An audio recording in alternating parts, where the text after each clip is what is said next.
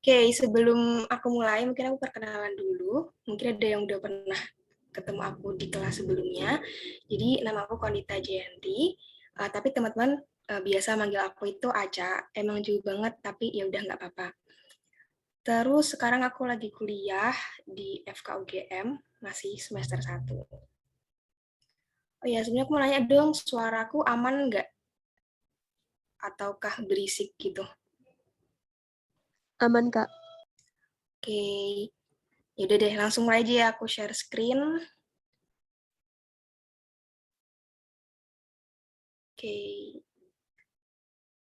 share screen-nya jalan. Oke, semoga Jalan, jalan. Kak. Jalan, Kak. Oke, jadi minggu ini kita akan bahas 2 kali genetika. Yang pertama sama aku, hereditas pertama, itu tentang pengantar genetikanya. Kemudian besok teman-teman bisa join tuh di kelasnya Calvero, akan bahas di hereditas kedua. Jadi untuk yang hereditas 1, itu kita akan bahas tentang hukum Mendel, terus penyimpangan dari hukum Mendel, sama penentuan jenis kelamin. Nah, nanti kalau waktunya sisa, semoga sisa ya, kita akan latihan soal nih, drill soal. Ya, langsung aja kita masuk nih ke genetika. Jadi, genetika itu apa sih? Pasti sering dengar kan genetika, tapi sebenarnya genetika itu apa? Gitu. Jadi, genetika itu merupakan cabang dari ilmu biologi yang dia itu berfokus pada hereditas dan variasi. Nah, di genetika ini kita tuh pasti melibatkan gen. Tapi apa sih itu gen? Gen itu adalah unit herediter yang dia itu diturunkan atau diwariskan atau dikasihkan gitu dari induk ke anaknya, atau bisa dibilang dari satu generasi ke generasi berikutnya. Nah, kemudian kalau hereditasnya sendiri itu artinya adalah penurunan atau pewarisan sifat antar generasi. Jadi dari induk ke anak. Misalnya dari anaknya itu ke anaknya lagi atau ke cucunya gitu. Jadi di sini gen itu sebagai noun, sebagai kata benda, kalau hereditas itu sebagai verb atau kata kerja. Oke, langsung aja. Ini udah pengantar. Kemudian kita akan masuk nih ke vocabulary. Jadi ada lumayan banyak, ada tujuh term atau istilah yang akan sering warawiri nanti di pembahasan kita. Yang pertama itu parental, kemudian ada gamet, yang ketiga filial, dan kemudian ada karakter. Jadi kalau parental, mungkin teman-teman udah sering dengar parent itu artinya orang tua kan. Jadi di sini, kalau di genetika, parental itu adalah pasangan induk yang disilangkan. Kemudian kalau gamet itu sel kelamin, mungkin secara umum itu sperma dan ovum. Oh ya, terus kalau parental ini biasanya itu dituliskannya kalau di soal bisa dideskripsikan dalam bentuk apa ya, morfologinya, maksudnya mungkin warnanya merah, bunganya warna merah, bunga warna ungu, bunga warna putih gitu. Tapi bisa juga dicantumkan itu dalam bentuk genotipenya. Jadi misalnya A kapital, B kapital, B kecil, misalnya kayak gitu. Kemudian kalau gamet, gamet ini biasanya dituliskan itu dalam bentuk genotipnya, jadi huruf misalnya A kapital, terus A kapital, A kecil, atau mungkin A kapital, B kapital gitu. Kemudian yang ketiga adalah filial. Jadi filial itu artinya anak atau keturunan. Jadi kalau misalnya filial 1, disingkatnya F. F1 itu berarti sebagai induk. Kalau kita sebagai manusia mungkin ngomongnya orang tua. Terus F2 itu berarti anak. Jadi kita sebagai F2, F1 adalah orang tua kita. Kalau misalnya kita mau lanjutin, jadi F3 itu berarti anak kita atau cucu dari orang tua kita. Itu. Kemudian yang keempat adalah karakter. Karakter ini kalau dalam bahasa Inggris disebut trait atau karakter juga bisa. Jadi inilah sifat yang menjadi pusat perhatian. Nanti kita akan, aku ada contoh kayak yang mana sih karakter tuh yang kayak gimana? Parental, gamet, filial tuh kayak gimana? Lanjut dulu ke 5, 6, 7, dan 8. Oh ya, ada 8 ya, tadi aku nyebut 7. Lupa. Oke, kalau gen tadi udah disebut di awal juga, dia itu unit herediter, atau bisa dibilang juga sebagai faktor membawa sifat. Jadi dia noun, kalau tadi hereditas adalah verb. Kemudian yang keenam adalah alel. Jadi alel ini dia tuh menunjukkan sifat alternatif. Dia itu merupakan pasangan gen pada kromosom yang homolog. Jadi misalnya gennya itu adalah gen penentu warna bunga, misalnya warna mahkota bunga. Nah, alelnya berarti nanti ada alel yang menghasilkan warna bunga ungu, ada alel yang menghasilkan warna bunga putih. Gitu. Nah, alel ini nanti kita akan tahu bahwa itu dibagi menjadi dua, alel dominan dan alel yang resesif. Kalau alel dominan itu adalah alel yang dia itu apa ya, gampangan itu dia kuat dan dia menang gitu. Jadi biasanya nanti dia dituliskannya genotipnya, nanti kita akan bahas, dia itu dituliskan dalam apa ya, menggunakan huruf kapital. Jadi huruf yang kapital A, kapital gitu.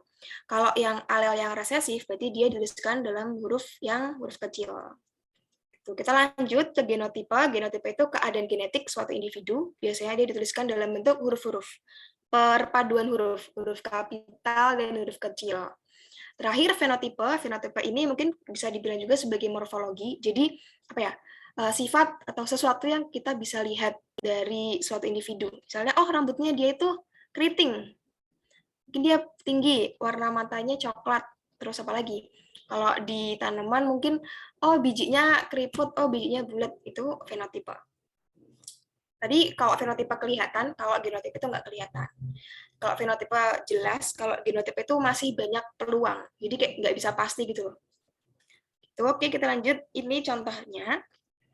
Ini suatu kasus. Jadi mungkin kita bisa tentu ini dari ke-8 tadi, term itu yang ada di sini apa aja. Yang pertama, flower color gene. Jadi gen penentu warna bunga. Jadi ini adalah gennya. Kemudian warna ungu, sebentar, ganti dulu deh. Kemudian ini warna ungu atau dituliskan purple flowers dan white flowers. Ini di sini berarti dia sebagai fenotipe, kelihatan gitu, kelihatan bentuk, kelihatan wujudnya warna ungu, warna putih. Itu bisa disebut sebagai fenotipe.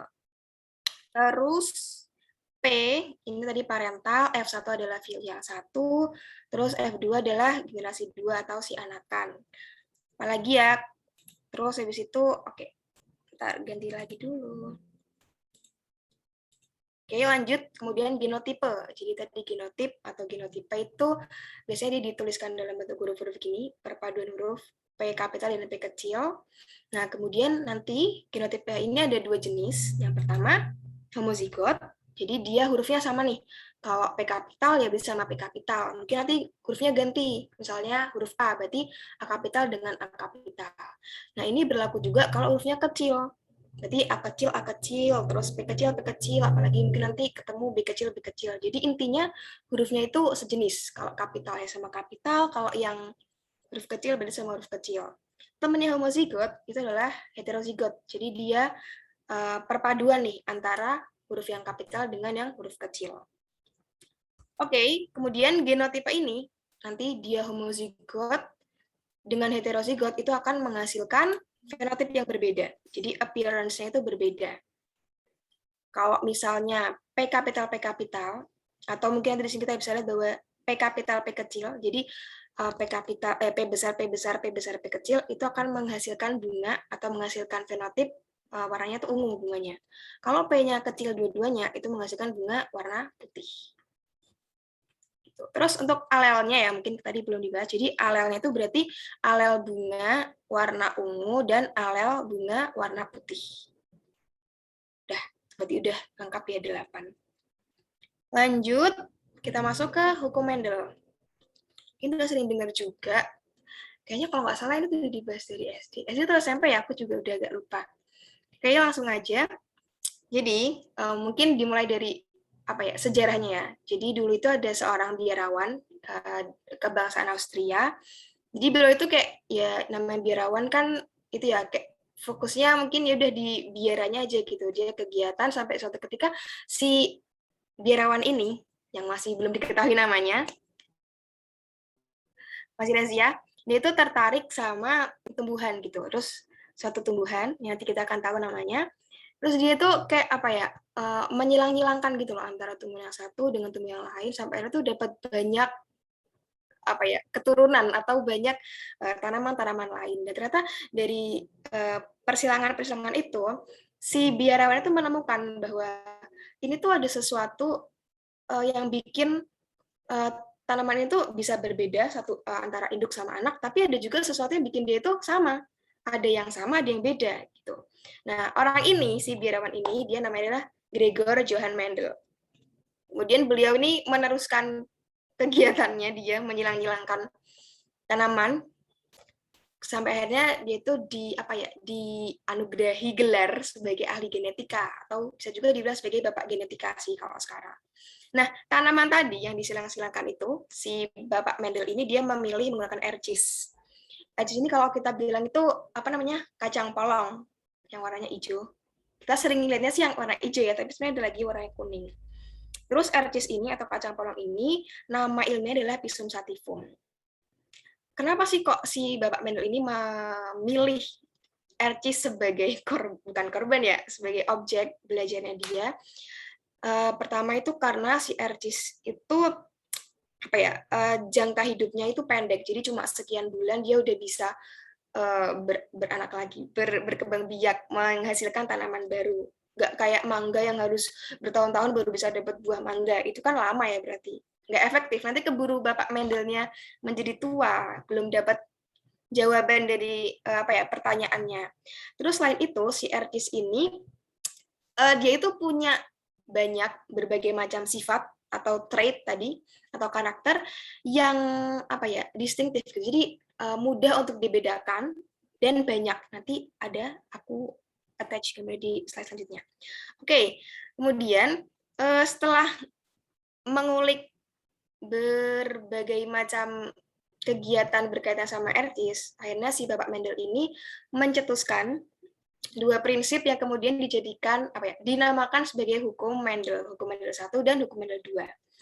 Oke, prinsip yang pertama itu, pasangan alel itu akan memisah secara bebas ketika pembentukan gamet. Jadi nanti kan pembentukan gamet itu kan melalui proses meiosis. Nah, nanti secara molekulernya itu akan terjadi pemisahan nih antara alel yang satu dengan alel lain dari satu gen yang sama. Misalnya gen tadi, gen penentu warna bunga, itu kan ada alel yang penghasil warna ungu, ada alel penghasil warna putih. Nah, harusnya ini bareng-bareng, nanti ketika mau meiosis itu akan memisah. Nah, memisahnya secara bebas, artinya dia itu independen gitu. Misalnya harusnya A sama A. Nanti dia tuh bisa misah secara bebas. Jadi kayak ya udah A yang satu sendiri, A yang dua sendiri, A yang kedua sendiri. Jadi ya udah misahnya bebas gitu, nggak terkait, nggak terikat. Nanti teman-teman mungkin besok belajar sama Kak Alvero tentang pautan nih. Nah, karena dia memisah, itu artinya segregasi, terus memisah secara bebas, makanya disebut sebagai hukum segregasi bebas atau independent segregation. Tuh. Terus yang hukum kedua, ini masih melanjutkan hukum pertama. Tadi setelah si alel itu memisah, pasangan alel itu memisah, dia nanti akan berpasangan secara bebas dengan alel lain yang bukan pasangannya. Nah, penyatuan itu namanya asortasi, terus karena bebas jadi asortasi bebas. Kalau dalam bahasa Inggris disebut sebagai independent assortment. Oke, misalnya gini, ada gen suatu sel, dia itu genotipenya A kapital A kecil, B kapital B kecil. Nah, kalau kita melakukan prinsip hukum Mendel 1, maka nanti akan terjadi pemisahan menjadi A kapital A kecil, B kapital B kecil. Oke, selesai nih hukum Mendel yang pertama, hukum segregasi bebas. Kemudian kita lanjut ke hukum Mendel kedua. Jadi setiap alel itu berhak secara bebas untuk berpasangan dengan alel lain yang bukan pasangannya. Kalau yang dimaksud pasangan itu kan berarti kan A kapital berarti sama A kecil itu berpasangan. Kalau B kapital dengan B kecil itu berarti juga berpasangan. Nah, ketika kita melakukan atau menerapkan hukum Mendel yang kedua, berarti ini nanti A kapital tuh dia bebas boleh bersatu dengan yang B kapital. Jadi nanti gamet yang terbentuk, dia genotipnya A kapital, B kapital.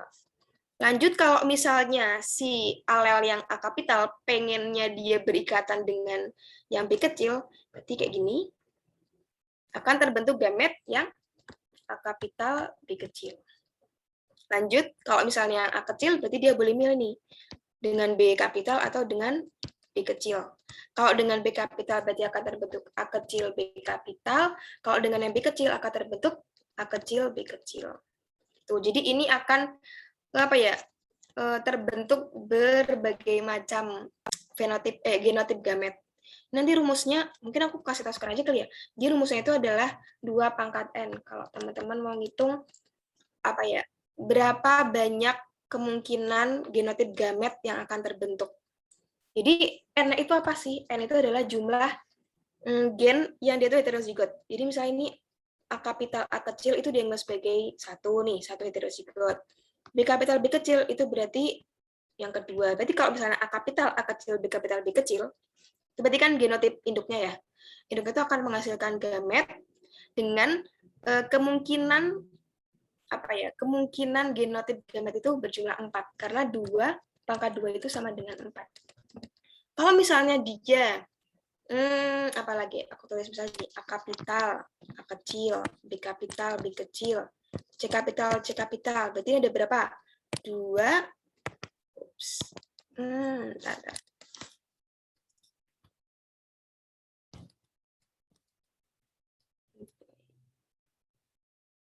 Oke, pertahankan dulu. Oke. Ini misalnya A kapital A kecil, B kapital B kecil, terus C kapital C kapital. Nah, di sini dia ada 3 gen yang terlibat. Gen 1, terus ini gen 1, ini gen 2, ini gen 3, misalnya gitu. Nah, tapi di sini yang dia itu heterozigot cuma gen 1 dan gen 2. Bentar, warnanya, angkanya jangan gini, pakai Romawi ya.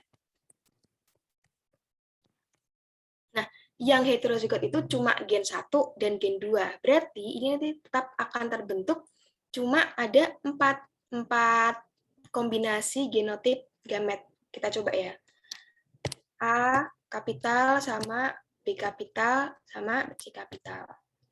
A kapital berarti B kecil C kapital. A kecil B kapital C kapital. A kecil B kecil C kapital. Jadi lebih bergantung pada berapa jumlah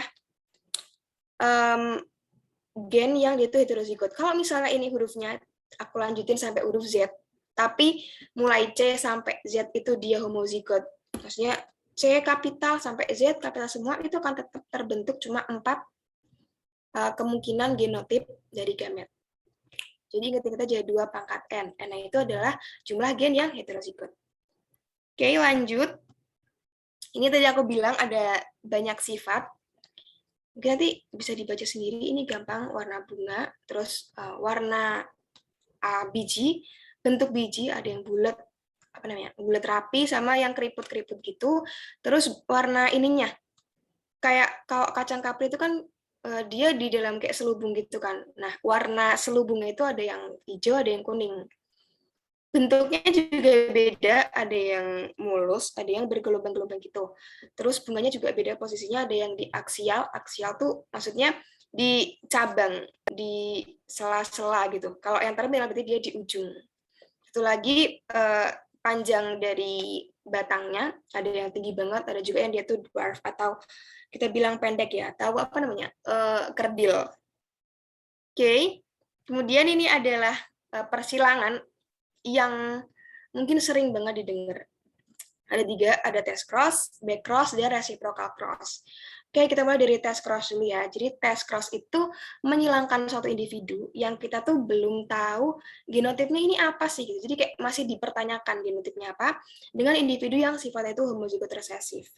Tujuannya apa? Ya biar kita bisa tahu genotip yang tadi belum diketahui itu apa sih sebenarnya genotipnya. Terus kenapa harus pakai homozigot resesif? Karena homozigot resesif ini kan dia bisa dibilang tuh terkalahkan gitu. Jadi dia itu akan dikalahkan sama gen-gen yang dominan. Jadi kalau misalnya kita pakai kita menyilangkan dengan individu yang homozigot resesif, maka itu tuh nggak akan mengubah hasil gitu loh. Kita akan bisa menemukan genotip dari si individu yang nggak diketahui genotipnya tadi. Coba bayangin kalau kita pakai yang heterozigot ataupun yang homozigot dominan, itu pasti barangkali individu yang nggak diketahui itu dia membawa alel yang resesif. Nah, itu kalau misalnya kita menyilangkan dengan yang heterozigot, atau yang homozigo dominan, maka alel resesif yang di bawah sama individu yang nggak diketahui tadi itu akan tertutupi. Jadi kita nggak jadi tahu dong itu dia genotipnya dia secara apa ya, secara persis tuh apa gitu. Oke. Kemudian backcross. Jadi backcross itu kita menyilangkan suatu individu dengan induknya. Boleh dengan induknya langsung yang benar-benar itu bapakku loh, itu ibuku gitu. Tapi bisa juga dengan individu lain, tapi dengan syarat individu lain itu dia tuh punya genotipe yang persis plak. Persis plak itu maksudnya sama, benar-benar sama banget sama individu sama induknya. Dia boleh induknya langsung atau individu lain yang secara genotip itu sama dengan induknya. Terakhir adalah reciprocal cross. Jadi ini adalah penyilangan ulang, tapi jenis kelaminnya ditukar. Oke, ini aku ada ilustrasinya. Test cross kayak begini. Kemudian ini back cross, jadi kita silangkan dengan induknya. Kemudian kalau reciprocal cross, jadi misalnya ini ya. Oke, misalnya yang sebelah kiri itu adalah jantan.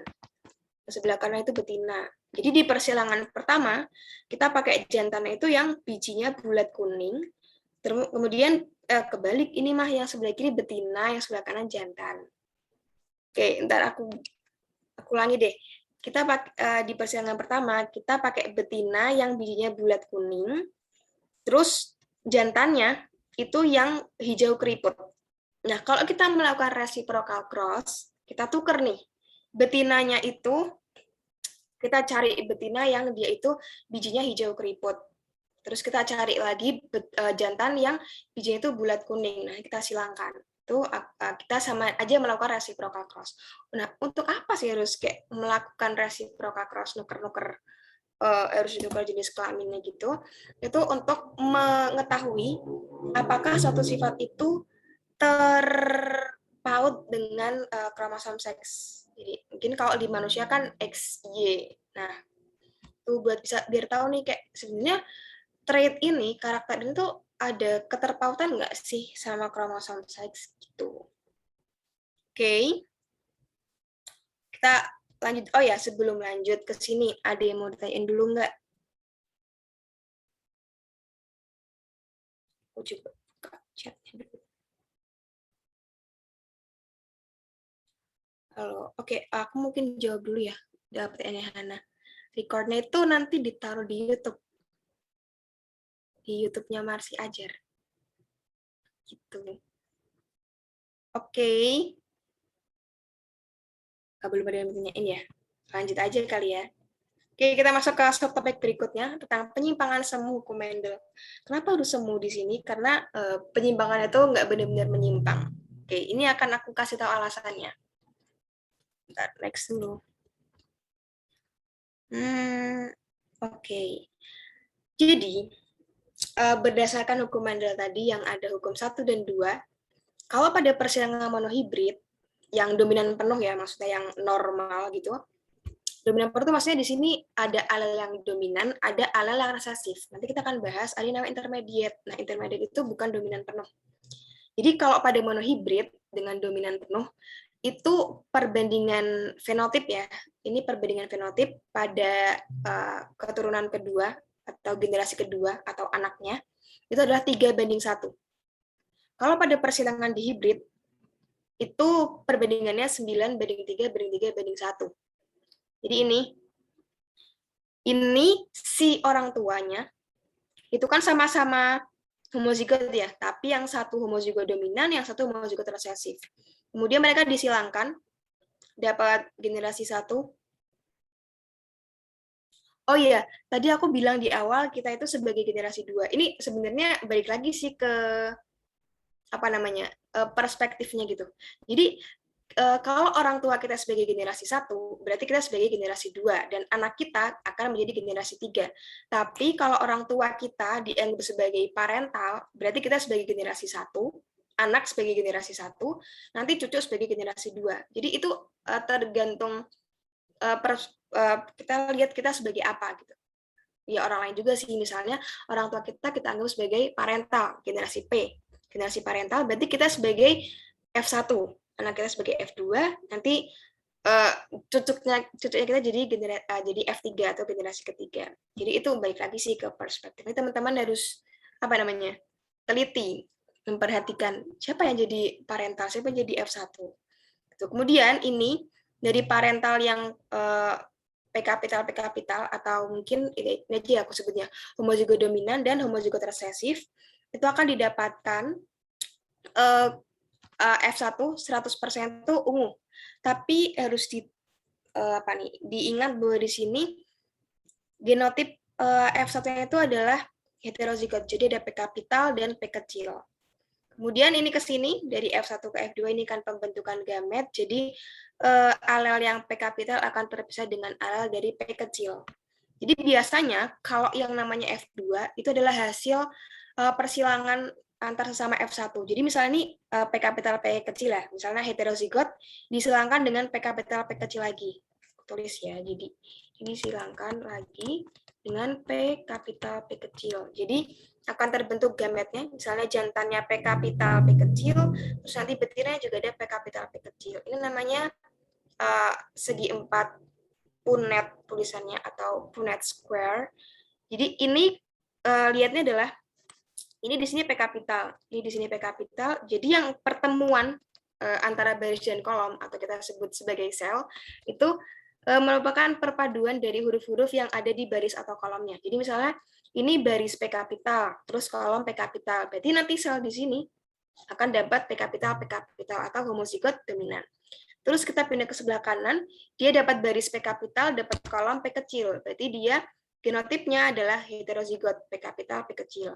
Kita geser yang ke kiri bawah, itu dia dapat baris P kecil, terus dapat kolomnya P kapital, sehingga dia genotipnya heterozigot P kapital P kecil. Terus yang paling kanan paling bawah, maksudnya itu dia dapat barisnya P kecil, kolomnya P kecil, berarti dia genotipnya P kecil atau homozigot resesif. Nah, berhubung ini tadi syaratnya adalah dominan penuh, maka dimanapun ada P kapital, maka warnanya atau fenotipnya itu akan mengikuti warnanya dibawa oleh P kapital tersebut. Alias kalau di sini, di kasus ini, dia warnanya adalah ungu. Sebentar. Oke, bablasan. Oke, kemudian untuk yang untuk yang dihibrid, jadi kalau monohibrid tadi cuma kita memperhatikan satu karakter atau satu trait aja, yaitu warna bunga. Kalau pada pada dihibrid itu kita memperhatikan dua trait. Kalau di sini contohnya itu adalah bentuk biji, yaitu bulat dan keriput, dan juga warna biji, warna kuning dan warna hijau. Ini sama aja sih sebenarnya. Nanti jadi si F1 sebentar. Oke, pertahankan dulu. Aku mulai lagi share screen-nya. Oke, jadi di sini F1-nya, anakan pertama itu kita dapat heterozigot untuk kedua gen. Nah, berarti nanti si kuning bulat ini akan kita silangkan dengan sesamanya dan dihasilkan keturunan seperti ini. Prosesnya sama kayak yang ada di yang monohibrid. Nah, ini perbandingannya kita akan dapatkan 9:3:3:1 dengan yang 9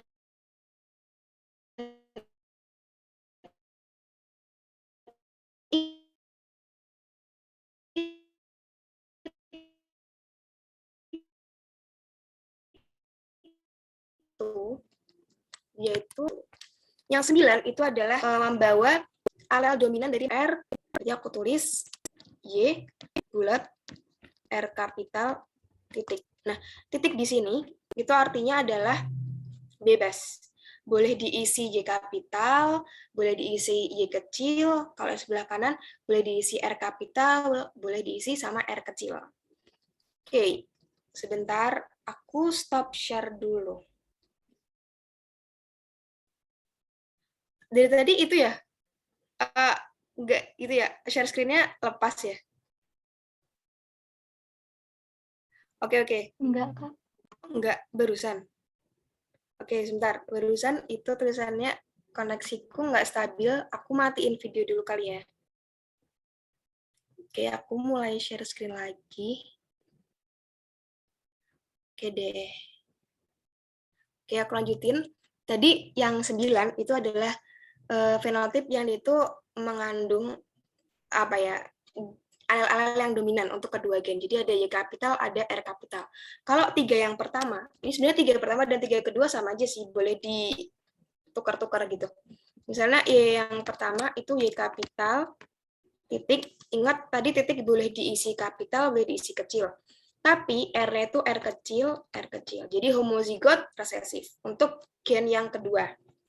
3 yang di belakang, itu berarti kebalikannya nih. Berarti yang homozigot dominan itu yang gen pertama. Berarti Y kecil, R-nya R kapital 1 sama titik. Boleh R kapital lagi, boleh R kecil. Nah, satunya ini adalah yang dia itu homozigot dominan untuk kedua gen. Jadi Y kecil, R kecil, R kecil. Ini berlaku untuk semua itu ya di hibrid yang normal, maksudnya yang dia tuh dominasi penuh, bukan yang nanti mengalami penyimpangan. Itu. Nah, nanti yang dikatakan sebagai penyimpangan semu hukum Mendel, oh ya, terutama yang dipakai yang di itu ya di hibrid ya. Kalau monohibrid itu apa ya, kasusnya itu kurang bervariasi, jadi lebih banyak dipakai itu di hibrid, soalnya dia lebih bervariasi gitu loh kasusnya. Nah, nanti kalau pada penyimpangan semu hukum Mendel pada di hibrid, itu jumlahnya akan tetap sama. Jadi ini kan 9331, itu jumlahnya 16. Ya kan? Nah, nanti di penyimpangan semu, jumlah rasionya ini atau jumlah perbandingannya ini akan tetap 16. Cuma angkanya itu akan berubah-ubah. Nanti ada yang 9, 34, ada 15 banding 1, ada yang 12, 31, dan segala macam. Kita akan bahas selanjutnya. Oke, langsung sebelum masuk nih, tapi aku lupa kenapa kok dia itu bisa berubah gitu. Kenapa tadi yang harusnya 9331 berubah jadi 15 banding 1, berubah jadi 9 banding 7, atau berubah jadi 12 banding 3 banding 1. Itu kenapa gitu. Jadi ada dua alasan. Yang pertama itu karena adanya interaksi genetik, yang kedua itu karena adanya interaksi antar alel. Nah, untuk yang interaksi genetik itu ada apa ya namanya? Fenomenanya itu ada atavisme, ada epistasis hipostasis, ada polimeri, kemudian ada kriptomeri, dan ada juga komplementer. Kemudian untuk yang karena interaksi antar alel itu ada kodominan, dominasi tidak sempurna, ada juga alel ganda dan alel letal. Oke, kita ke yang interaksi antar alel dulu ya, yang lebih sedikit dulu. Kayaknya aku kebalik nggak sih? Iya, ini aku kebalik nulisnya, guys. Harusnya ini antar alel ya, bukan antar gen. Oke, yang pertama adalah kodominan. Jadi, kalau pada kodominan ini, alel-alel yang dia itu nggak punya hubungan dominan resesif. Jadi, ya kita nggak tahu mana yang dominan, mana yang resesif. Jadi, ketika mereka ada bersama-sama, ketika alel dominan dan alel resesif bersama-sama, atau alias pada individu yang heterozigot, itu fenotipnya yang dibawa oleh masing-masing alel itu akan ada bersama-sama gitu. Contohnya adalah sistem golongan darah MN. Kemudian ini aku ambil yang agak lucu, itu adalah warna sapi, warna rambut sapi atau warna kulit. Sebenarnya warna rambut ya, yang berwarna ke rambutnya ya. Gitu sebenarnya golongan darah ABO itu untuk yang alel A sama B itu juga bisa dibilang sebagai kodominan. Tapi masalahnya kan ada alel satu lagi, alel yang O. Makanya dia itu dimasukkan, nanti kita bahas juga, itu sebagai alel ganda. Oke, tentang warna sapi ini kodominan. Jadi yang RR sama ini maksudnya aku baca yang atas aja ya. Yang R kecil atau RR sama WW. Jadi RR itu warna merah, sapinya itu kayak coklat kemerahan gitu. Terus kalau yang WW itu dia rambutnya itu warna putih, putih bersih gitu. Nah, tapi ketika ada sapi yang warna merah dan sapi warna putih disilangkan, nanti anaknya tuh bukan warnanya di coklat muda, tapi warnanya jadi coklat, terus ada putih-putihnya, atau enggak kebalikannya, putih, terus dia ada total-total coklatnya gitu. Nah, sapi yang warnanya, ini apa ya, perpaduan ya, collab antara warna merah kecoklatan dengan putih, itu namanya sapi roan. Jadi dia heterozigot gitu guys, kayak ini R dan RW. Kalau ibu ya nggak tahu sih ibu atau bapaknya, induknya itu RR atau enggak RW. Itu nanti anaknya perpaduan, tapi bukan gabungan. collab tapi nggak bergabung. Nah, ini bedanya sama yang kedua, yaitu dominasi tidak sempurna. Ini mungkin teman-teman sering sering mengenalnya dengan sebutan intermediate. Jadi alalnya itu juga sama nih kayak tadi kodominan, dia nggak ada hubungan dominansi. Jadi kita nggak tahu mana alel yang dominan, mana alel yang resesif. Gitu. Jadi ketika suatu individunya itu heterozigot, maka menghasilkan fenotip yang intermediate. Jadi fenotip gabungan, fenotip antara gitu. Oke, ini bedanya. Jadi kalau pada dominansi tidak sempurna atau intermediate, maka fenotip anaknya itu merupakan gabungan. Jadi misalnya ibunya ya misalnya betina gitu atau ibunya dia itu bunganya kelopaknya mahkotanya warna merah. Si jantannya atau ayahnya itu dia kelopaknya mahkotanya itu warna putih atau gampangnya warna bunga, jadi kita sebut sebagai warna bunga ya, jadi warna bunga merah sama warna bunga putih.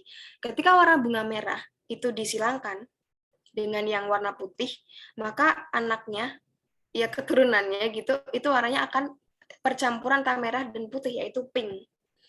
Jadi dari sini kita bisa tahu bahwa kalau pada dominasi tidak sempurna itu sudah pas, dan kodominan ya, itu sudah pasti yang warnanya warna solid atau warna yang warna yang full gitu, warna yang penuh, bukan warna intermediate atau bukan warna gabungan, itu berarti dia sudah pasti homozigot.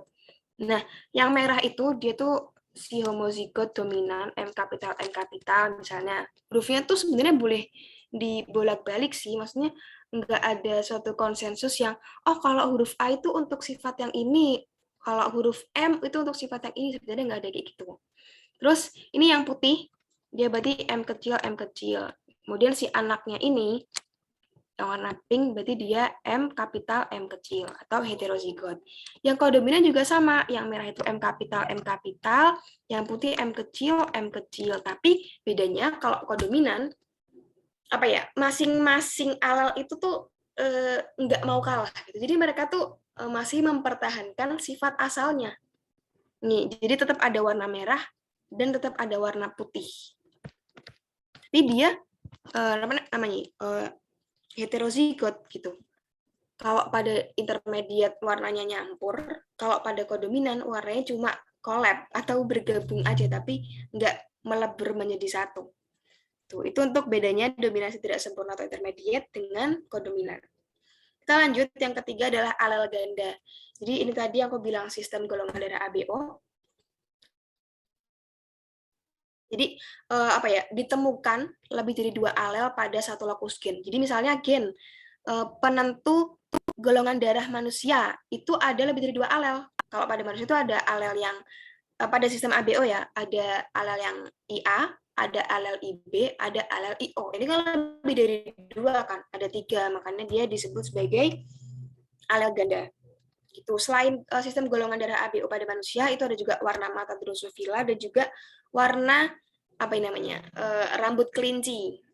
Ini aku masukin yang contoh kelinci karena yang golongan darah ABO itu lebih ke manusia ya, maksudnya udah lebih ke penerapan gitu. Nanti mungkin teman-teman akan bahas sama Kak Vero besok. Oke, ini di sini jadi ada berapa nih? 1, 2, 3, 4. Ada 4 alel, lebih banyak daripada ABO yang ada 3 doang. Jadi kalau pada C kapital itu akan menghasilkan fenotip warna abu-abu yang ya biasa aja gitu, abu-abu yang umum lah kalau aku bilangnya.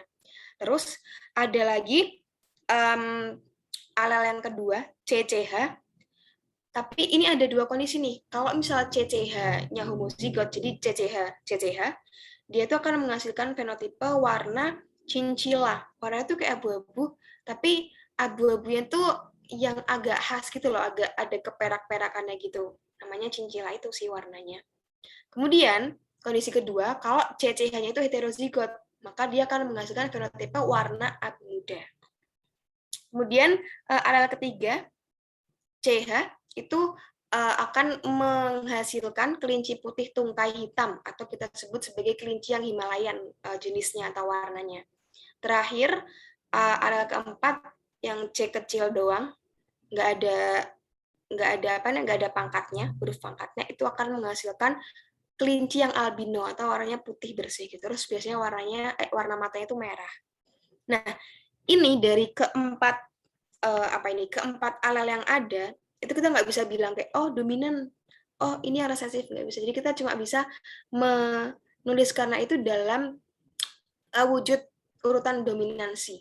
Jadi paling dominan, yang paling tinggi dominansinya itu adalah C kapital, diikuti sama CCH, CH, dan juga C kecil doang. Gitu. Nah, yang aku maksud heterozigot di sini itu adalah ketika dia heterozigotnya itu dengan alel yang urutan dominansinya itu lebih rendah atau lebih kanan ya. Kalau pada urutan aku yang ini dia lebih kanan. Jadi misalnya ini aku udah tulis di tabelnya juga. Tadi yang warna penuh atau abu-abu yang umum itu asalkan ada C kapital itu udah pasti warna penuh. Kalau cincila tadi khusus, kalau CCH homozigot. Jadi CCH nih udah aku tulis.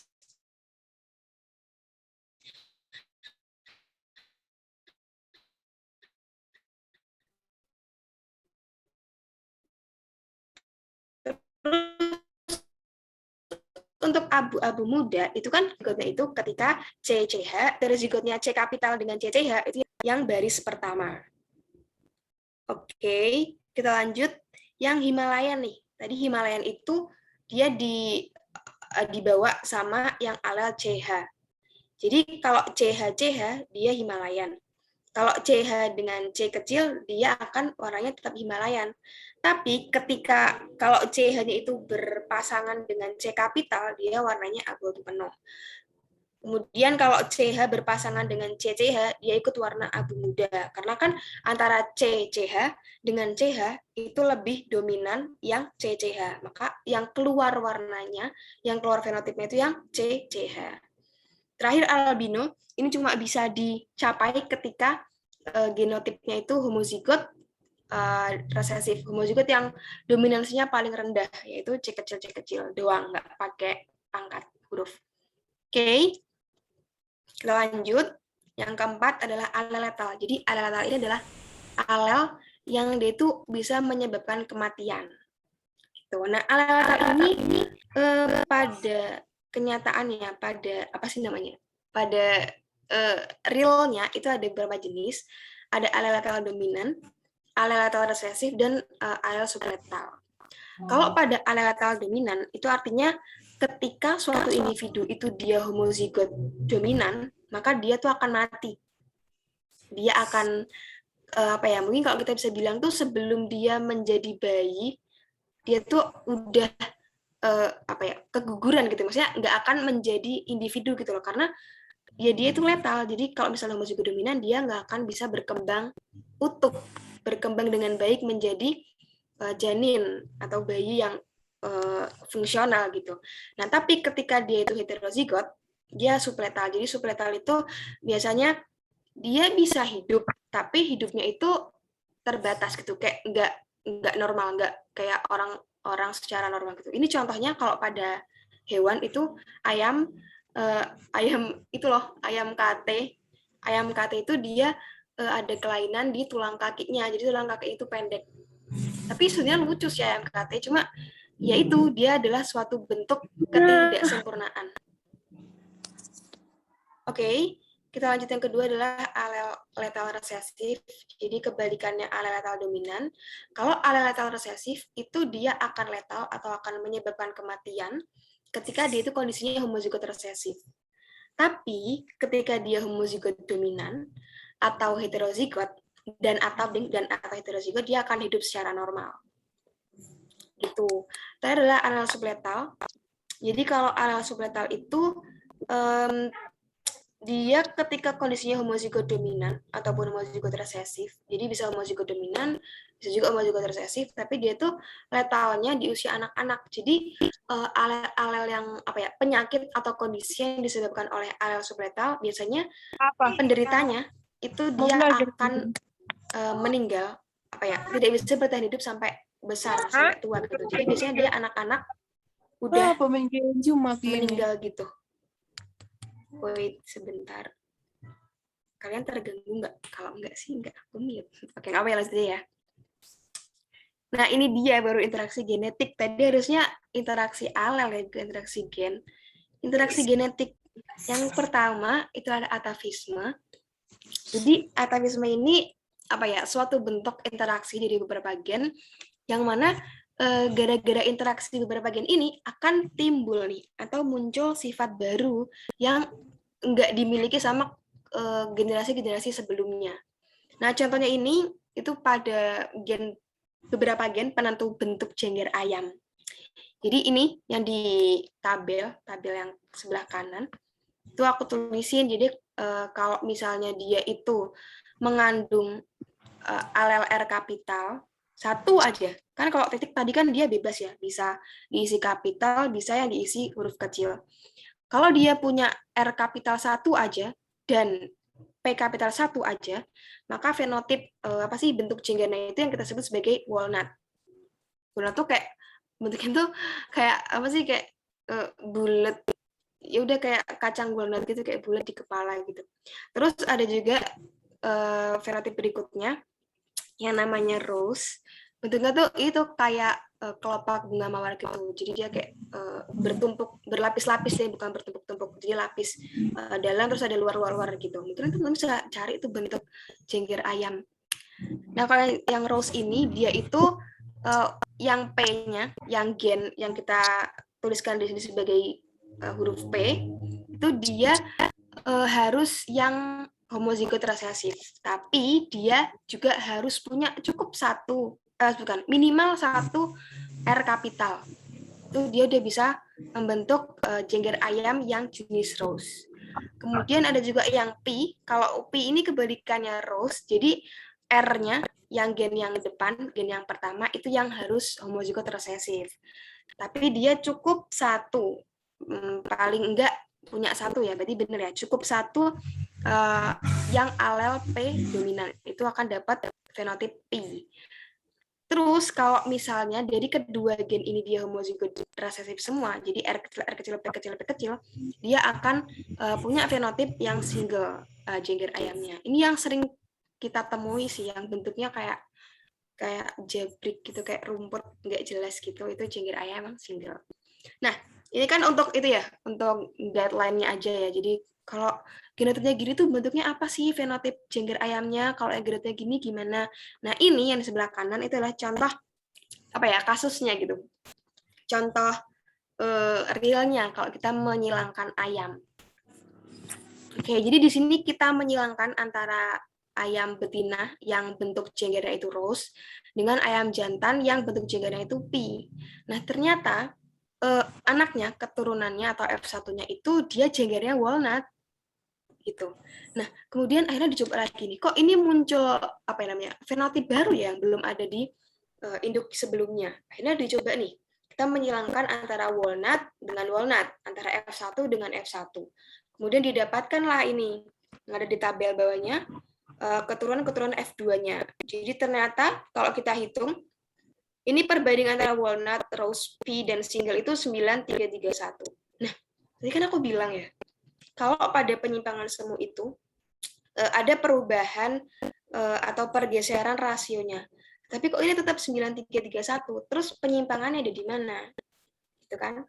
Jadi, penyimpangannya itu ada di timbulnya atau munculnya sifat baru akibat interaksi beberapa gen. Jadi, apa ya, fenotip yang belum ada sebelumnya tiba-tiba itu muncul. Itu yang dianggap sebagai penyimpangannya di atavisme ini.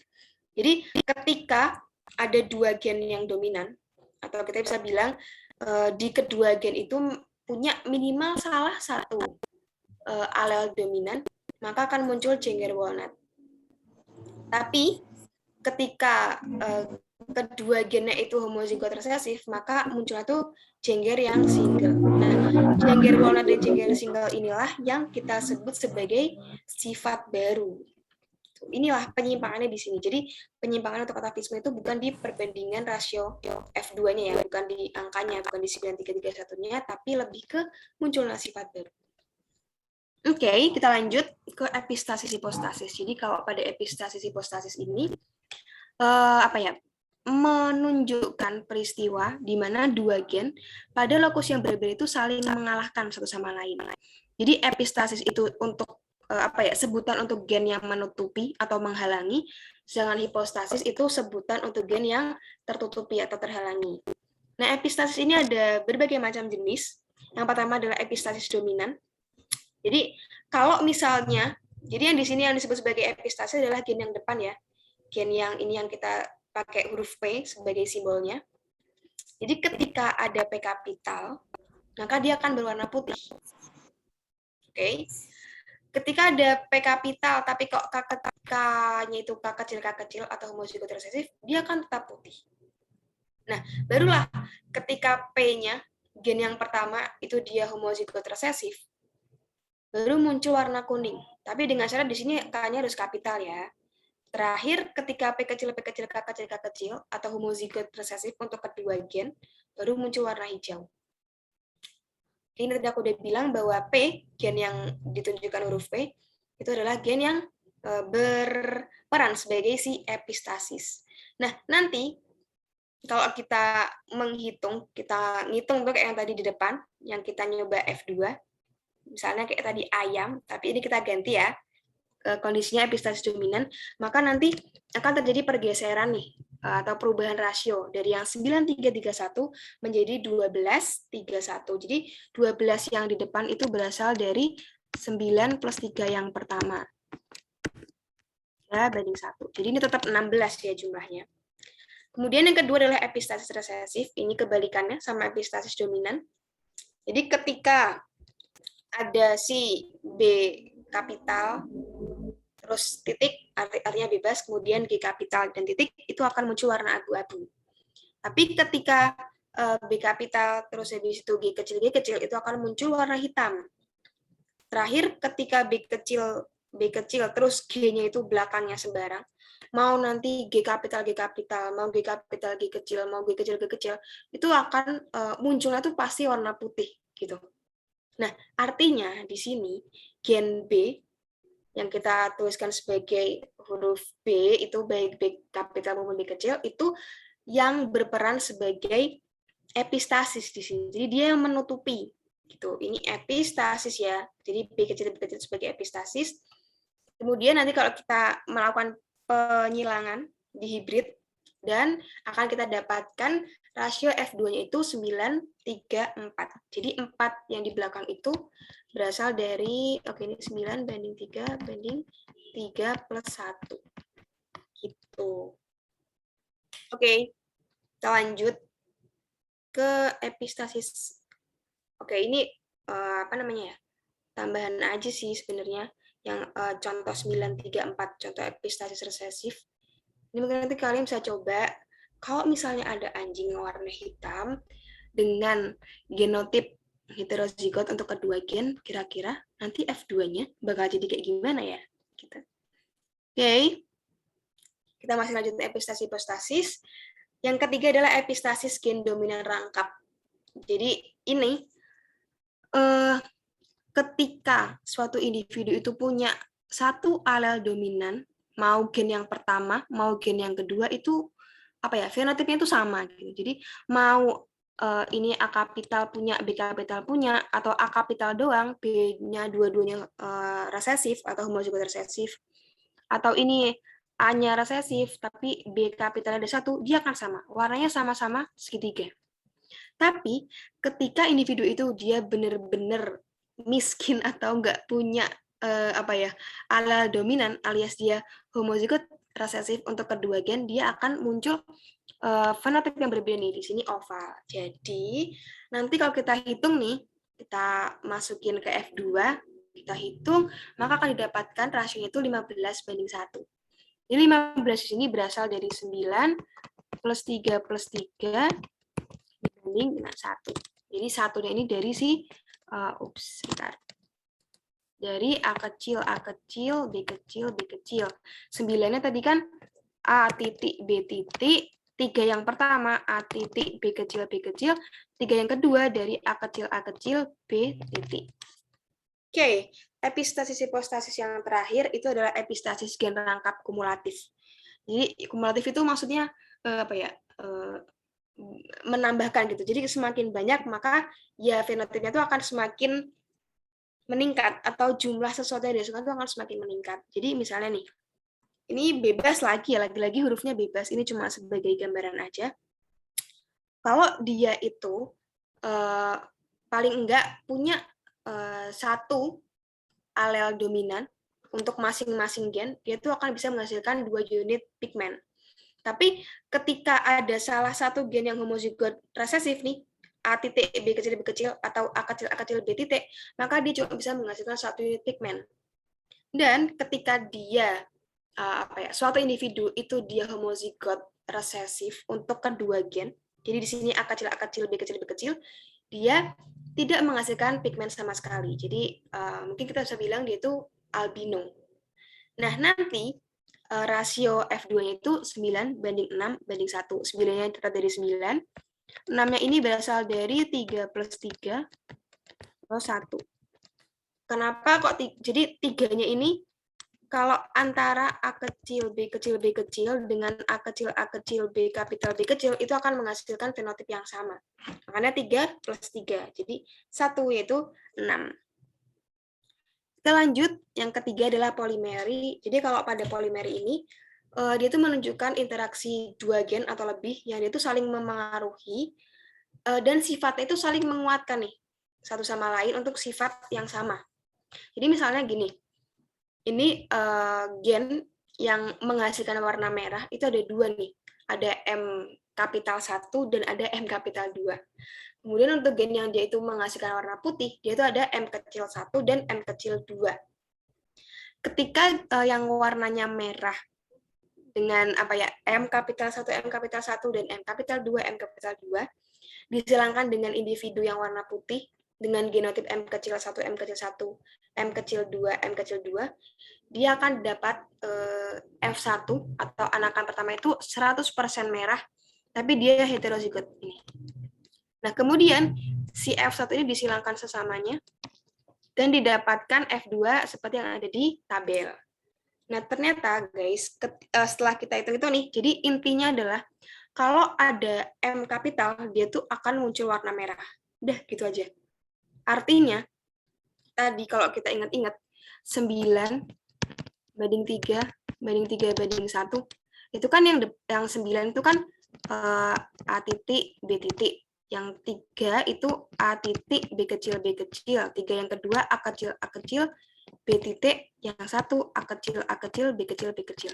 Nah, kalau pada polimeri, asalkan individu itu punya satu aja alel yang dominan, alel dominan, mau yang M kapital atau mau M kapital 1 atau mau M kapital 2, itu dia pasti udah muncul warna merah gitu. Jadi 933 ini diakuisisi menjadi satu warna merah. Jadi hasilnya berubah nih. Jadi 15 banding 1, bukan 9 banding 3 banding 3 banding 1 lagi. Gitu. Oke, kita lanjut. Keempat adalah kriptomeri. Jadi pada fenomena kriptomeri, sifat dari gen yang dominan itu tersembunyi ketika dia itu berdiri sendiri. Tapi ketika dia punya teman nih, dia punya ada gen dominan lain, maka dia itu akan diekspresikan bersama-sama. Walaupun gen itu bukan walaupun tadi si alel dominan itu bukan walaupun gen yang dominan lain itu tadi yang bersama-sama itu bukan yang sealel. Jadi ini contohnya. Ini di bunga Linaria marokana. Jadi si bunga Linaria marokana ini punya 3 jenis fenotipe atau 3 jenis warna bunga. Ada warna bunga ungu, warna bunga merah, dan warna bunga putih. Nah, untuk terbentuk warna bunga ungu, merah, putih ini itu dipengaruhi oleh keberadaan pigmen antosianin dan juga tingkat keasaman atau pH di sitoplasmanya si bunga tersebut. Sel-sel penyusun bunga ya maksudnya. Nah, jadi kalau misalnya antosianinnya itu ada, tapi pH-nya dia basah, maka akan muncul warna ungu. Jadi kalau ada antosianin, itu dia dia punya paling enggak satu alel dominan, A kapital. Nah, untuk pH yang basa, dia itu paling enggak punya satu alel dominan alias B kapital ini. Itu untuk ada antosianin dan pH-nya basa, dia akan muncul warna ungu. Nah, ketika ada si antosianin, tapi pH-nya asam, maka akan muncul warna merah. Nah, kenapa bisa asam? Kan asamnya itu karena ini, dia nggak punya alel dominan atau alel yang B kapital. Jadi dia bentuknya A kapital titik, B kecil, B kecil. Jadi dia nggak bisa menghasilkan sitoplasma yang suasana itu basah. Jadi sitoplasmanya asam sehingga akan muncul warna merah. Nah, ketika ini nih warnanya tuh putih. Jadi kalau putih itu artinya dia nggak punya antosianin. Jadi mau pH-nya asam kayak mau pH-nya basah, tapi kalau nggak ada antosianinnya ya udah nggak akan muncul warna gitu. Dia akan berwarna putih. Gitu. Jadi kalau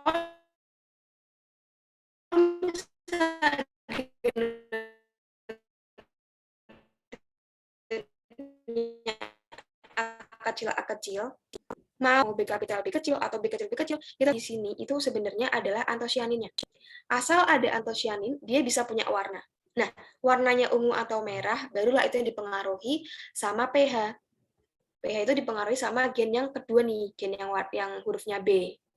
Tapi kalau misalnya nggak ada antosianin atau A kecil, ya udah nggak akan ada warna karena nggak ada pigmen yang bisa diolah gitu kan, makanya dia warnanya putih. Itu contoh cryptomery. Lanjut ke komplementer. Jadi komplementer itu merupakan interaksi antara gen-gen yang dominan. Nah, gen-gen dominan ini tuh saling melengkapi nih satu sama lain. Jadi artinya tuh harus ada alel dominan dari kedua gen supaya bisa muncul fenotip yang utama, fenotip yang kita anggap sebagai ini nih fenotip yang utama, fenotip yang bisa menutupi fenotip yang lain. Jadi ini kalau ada C kapital dan P kapital, harus dan ya, artinya harus ada bersama-sama, maka dia akan muncul warna ungu. Tapi ketika cuma ada C kapital doang, P-nya itu P kecil atau homozigot resesif, itu dia akan warna putih. Begitu pula ketika C kecil, ketika C-nya itu homozigot resesif, dia akan tetap warna putih. Nah, apalagi kalau misalnya homozigot dua-duanya, homozigot resesif dua-duanya, homozigot resesif dua-duanya, jelas dia itu akan putih. Gitu. Nah, tadi kita ingat 9 banding 3, banding 3, banding 1.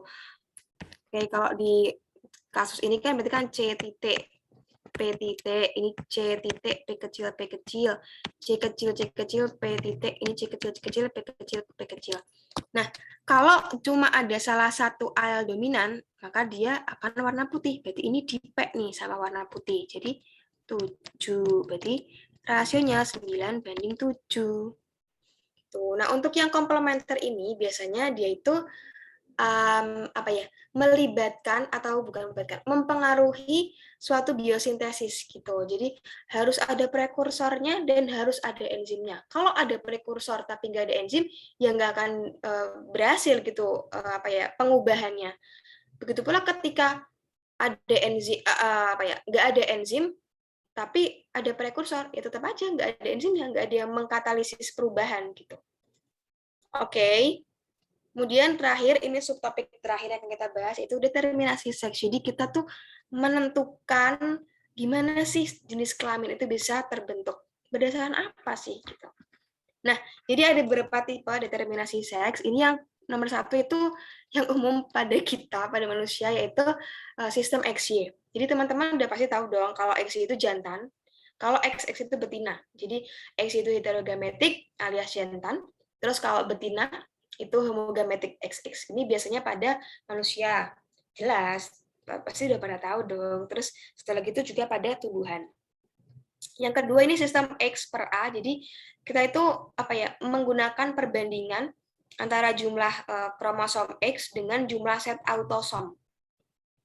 Terus kromosom Y-nya mau diapain gitu. Jadi kromosom Y-nya ini ya ada, dia berperan, tapi dia lebih ke fertilitas gitu, menentukan apakah si individu pemiliknya itu dia fertil ataukah steril.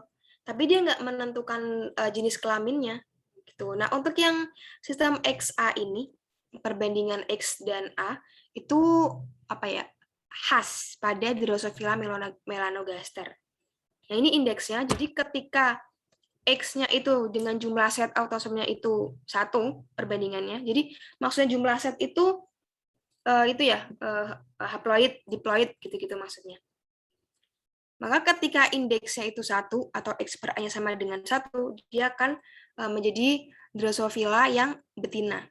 Kalau setengah jadi jantan, kalau antara setengah sampai 1 dia tuh dinamakan golongannya itu nama intersex. Jadi dia tuh steril. Jadi dia nggak jantan, tapi juga nggak betina gitu. Terus kalau misalnya indeksnya itu lebih dari 1, dia akan menjadi betina super. Kalau misalnya indeksnya itu kurang dari setengah, dia akan menjadi jantan super. Nah, terus ini tambahan aja, jadi mungkin teman-teman bisa bayangin nih dari yang tadi, sistem X per A tadi, mungkin bisa diterapkan nih di tabel ini, buat membantu, apa namanya, pemahaman teman-teman. Oke, kita lanjut ke tipe berikutnya, ada tipe XO. Jadi kalau pada tipe XO, jantan itu dia XO, jadi dia cuma punya satu kromosom X. Betinanya dia punya 2 kromosom X, jadi XX. Alias betinanya homogametik. Ini biasa ditemukan pada insekta, khususnya pada Orthoptera dan Hemiptera. Lanjut yang keempat, ini sistem ZW, biasanya itu sih, yang paling terkenal tuh ayam. Selain ayam itu ada sih burung yang lain, jadi burung maksudnya itu aves, terus ikan, pisces, terus kupu-kupu, sama beberapa reptil.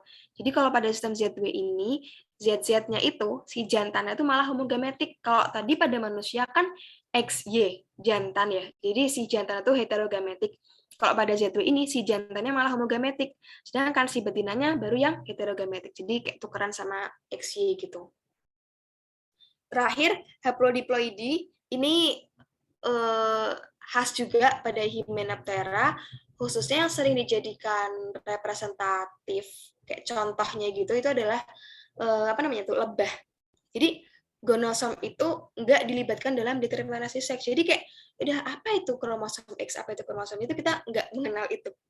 Jadi lingkungan itu dia bisa menentukan fertilitas, tapi dia nggak mengubah jenis kelamin secara genetis. Jadi lebih kayak ke berapa jumlah ploidinya si autosom. Jadi kalau pada jantan itu dia haploid, kalau pada betina dia itu diploid. Nah, kenapa bisa kayak gitu? Itu berhubungan juga sama mungkin teman-teman pernah dengar tentang parthenogenesis. Parthenogenesis itu pembentukan individu tapi tanpa terjadinya fertilisasi. Jadi kalau pada lebah itu jantan itu nggak difertilisasi, jadi dia berasal dari telurnya ratu yang enggak difertilisasi. Nah, nanti dia akan berkembang menjadi lebah yang jantan. Nah, kemudian kalau misalnya si telur tadi, si ovum tadi, ovum yang dari ratu itu difertilisasi atau dibuahi, maka dia akan berkembang menjadi apa namanya, lebah betina gitu. Itu contohnya sering dipakai sih lebah, tapi pasti ada lagi dong yang lain, cuma kurang representatif aja gitu. Oke, udah selesai materinya. Sebelum kita masuk ke drill, ada yang mau dulu nggak dari tadi? Baik, Kak. Dari 2 topik. Halo? Halo, iya gimana? Nggak putus-putus, Kak. Putus-putus suaranya. Enggak, suara saya putus-putus enggak? Oh, enggak. Enggak, jelas kok, jelas gimana? Ini, Kak, saya ada pertanyaan.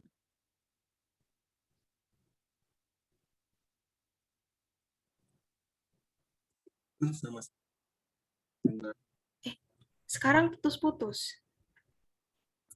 dominan tak sempurna dan epistasis sama-sama ini. Sorry, di aku putus-putus sih. Yang lain di putus-putus juga nggak ya? Putus-putus. Iya, di aku putus-putus suaranya. Atau Bentar. di chat. Oke.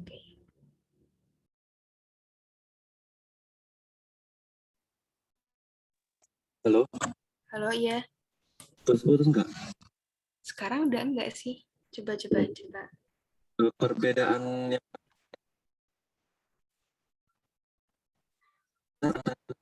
sempurna sama epistasis apa ya? epistasis dengan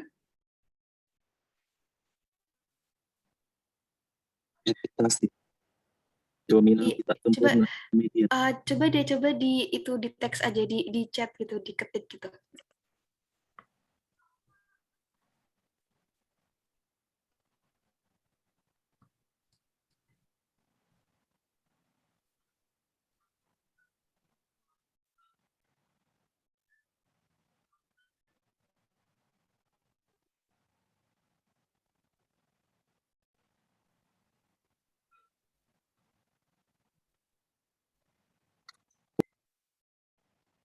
Oke, perbedaan mendasar antara intermediate dengan epistasis.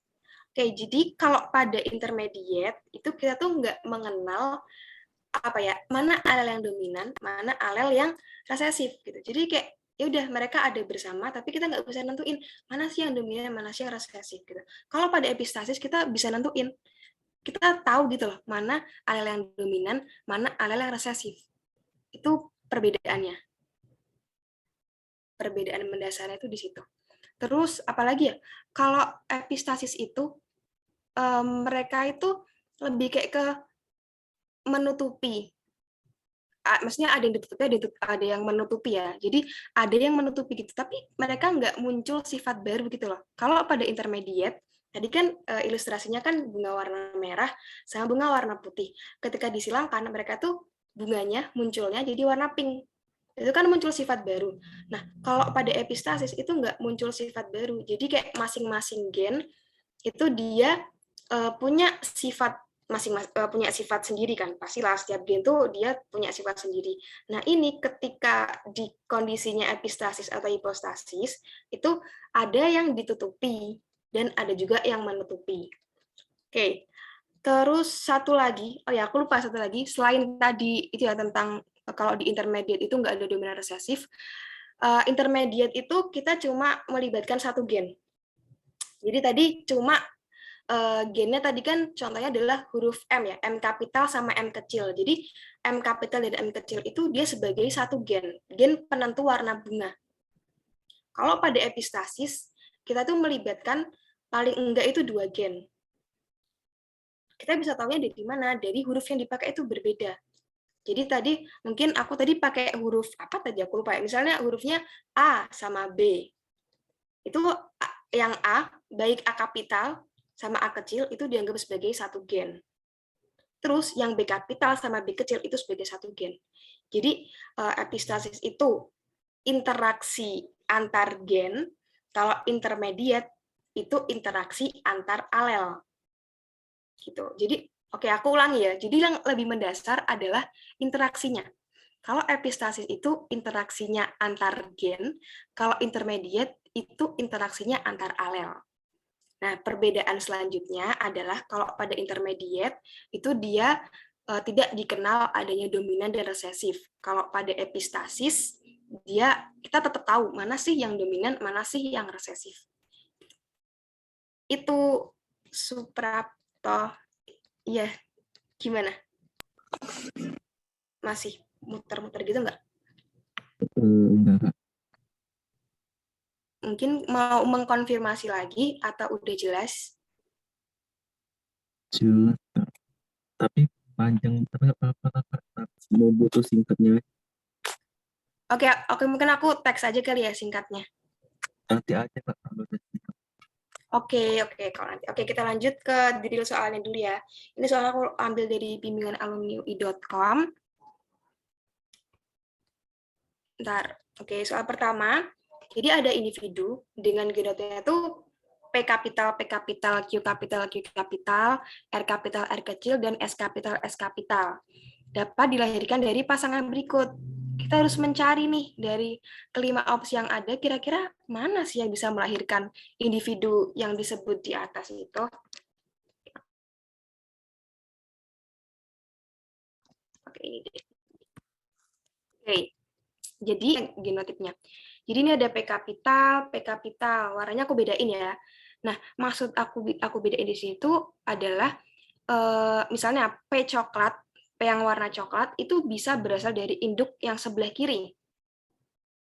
Berarti kalau yang P coklat dari induk sebelah kiri, Artinya, P yang sebelah kanan, yang warnanya hijau, itu berasal dari induk yang sebelah kanan. Itu alternatif pertama. Tapi bisa juga dibalik. P yang coklat itu berasal dari induk yang sebelah kanan. Kemudian P yang hijau berasal dari induk yang sebelah kiri. Yang nggak bisa terjadi adalah ketika P coklat dan P hijau sama-sama berasal dari induk yang sebelah kiri. Atau P coklat dan P hijau sama-sama berasal dari induk yang sebelah kanan. Ini maksudnya sebelah kanan tuh yang di sini ya, yang di pilihan. Di sebelah kirinya silang sama di sebelah kanannya silang maksudnya. Jadi warna coklat dan hijau itu merepresentasikan apa ya, sumber yang berbeda gitu loh teman-teman. Oke, mungkin aku lanjut aja ke langsung kita ngerjain. Sebelumnya ini jumlah perpaduan genotipe yang mungkin pada gamet itu tadi aku udah di awal juga 2 pangkat N dengan N itu menunjukkan gen yang jumlah gen yang heterozigot. Oke, kira-kira jawabannya apa nih? Yang A, ini baik induk yang di sebelah kiri dan induk yang di sebelah kanan, itu dia dua-duanya semuanya, tunggu, salah. Oke, dua-duanya homozigot dominan semua kan? Ini dari ini semua, itu nggak ada yang dia itu hurufnya huruf kecil, semuanya huruf kapital. Padahal kita butuh ada satu R kecil di sini. Jadi mana dong kalau misalnya induknya nggak punya R kecil? Kan nggak mungkin dengan dia minum obat terus tiba-tiba dapat R kecil. Pasti kan harus dari orang tua kan?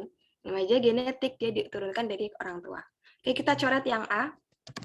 Kita eliminasi. Kemudian yang B.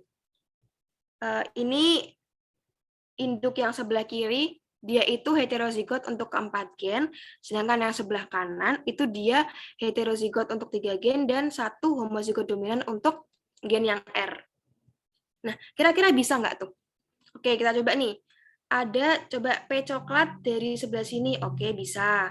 1 P kapital lagi dari induk yang sebelah kanan berarti oke ada. P-nya udah dapat dua-duanya. Q kapital dari sebelah kanan, oke ada. Q kapital dari induk sebelah kiri. Kebalik ya. Q kapital dari induk sebelah kiri ada, Q kapital dari induk sebelah kanan juga ada. Oke, lengkap. R kapital dari induk kanan bisa nggak? Oke, ada nih. Induk kanan kan R-nya dominan malahan. Terus kalau R kecil dari induk sebelah kiri, oke, ada. Berarti udah dapat. S kapital dari induk kanan, oke, bisa. S kapital dari induk sebelah kiri, oke, bisa. Berarti ini ya jawabannya yang B. Kita lanjut yang C.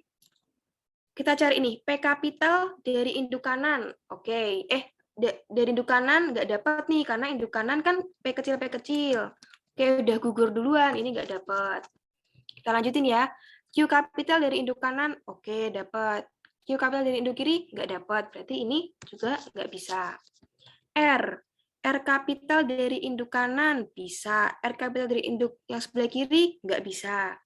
Oke, kita cari alternatifnya. R kapital dari induk kiri, nggak. Oke, bisa, Ding. Bisa nih, salah satu dari dua ini. R kecil dari induk sebelah kanan, nggak bisa dong, karena yang sebelah kanan ini R-nya R kapital. Oke, ini nggak dapat lagi yang R. Yang S kapital dari induk sebelah kanan, oke, dapat. S kapital dari induk sebelah kiri, nggak dapat, karena induk sebelah kiri S kecil semua, berarti ini nggak bisa. Sudah jelas, berarti yang pilihan C itu nggak bisa. Lanjut, yang D, kita cari P kapital dari induk kiri, oke, dapat 1. P kapital atau P yang hijau, misalnya, dari induk sebelah kanan, nggak dapat, berarti nggak bisa, P-nya nggak terpenuhi nih. Kemudian, yang Q kapital dari induk sebelah kiri, oke, dapat 1 tuh, mungkin ada kemungkinan. Q kapital dari induk sebelah kanan, nggak bisa, karena induk sebelah kanan Q-nya homozigot resesif, kecil semua, ini nggak dapat. R kapital dari induk kiri, dapat. R kecil dari induk kanan, nggak dapat. Oke, kita coba satu lagi, alternatif berikutnya. R kapital dari induk kanan, dapat. R kecil dari induk kiri, nggak dapat. Berarti nggak bisa. Ini nggak terpenuhi nih kebutuhannya. Terakhir, S kapital dari induk kiri dapat. S kapital dari induk kanan enggak dapat. Oke, kita coba alternatif berikutnya. S kapital dari induk kanan enggak dapat. Dari induk kiri dapat. Tapi tadi kan dari kanan enggak dapat, berarti udah enggak bisa duluan. Berarti yang D juga salah. Yang E, P kapital dari induk kanan dapat, induk kiri dapat juga. Q kapital dari induk kiri dapat, tapi Q kapital dari induk kanan enggak dapat, karena induk kanan Q-nya homozigot resesif. R kapital dari induk kanan dapat, R kecil dari induk kiri enggak dapat. Oke, kita coba alternatif berikutnya. R kapital dari induk kiri dapat, R kecil dari induk kanan enggak dapat, karena induk kanan kan R-nya homozigot dominan. S kapital dari induk kiri dapat, tapi S kapital dari induk kanan nggak dapat karena induk kanannya dia homozigot resesif untuk yang gen S. Berarti artinya kita nggak bisa dapat salah satu alel S kapital kalau di yang E. Berarti E juga nggak bisa guys karena nggak terpenuhi semua. Jadi intinya adalah masing-masing ini. Jadi coklat itu dia harus bisa ditemukan di induk kanan maupun kiri. Yang P, yang hijau juga harus di kanan atau di kiri. Jadi kalau misalnya nih, ada sih, misalnya kayak yang C itu, yang sebelah kiri induknya, itu kan dia P kapital. Sedangkan induk yang kanan itu kan P kecil. Kalau kita hitung, sebenarnya P-nya cukup kan kalau misalnya ada 2, tapi prinsip genetika itu nggak kayak gitu. Jadi sama-sama huruf P, satu gen ini, gen yang ditunjukkan huruf P, itu salah satu alelnya harus berasal dari induk kanan, satu dari induk kiri. Jadi nggak bisa kalau P coklat dan P putih itu hijau dari satu induk yang sama. Misalnya dari induk kiri semua, itu nggak bisa. Atau dari induk kanan semua. Jadi induk yang satunya tuh nggak menyumbang huruf P, itu nggak bisa. Jadi setiap induk itu harus menyumbangkan salah satu alel. Jadi ini P, Q, dan S kapital semuanya itu harus ada di masing-masing induk ya. Itu alasan kenapa opsi C, D, dan E itu salah. Oke, lanjut ke soal berikutnya. Persilangan mangga manis besar dengan mangga masam kecil menghasilkan 100% mangga manis besar. Oke, dari sini kita bisa tentukan dulu nih, kira-kira yang dominan yang mana? Ini kan manis besar, masam kecil, disilangkan dapat manis besar. Artinya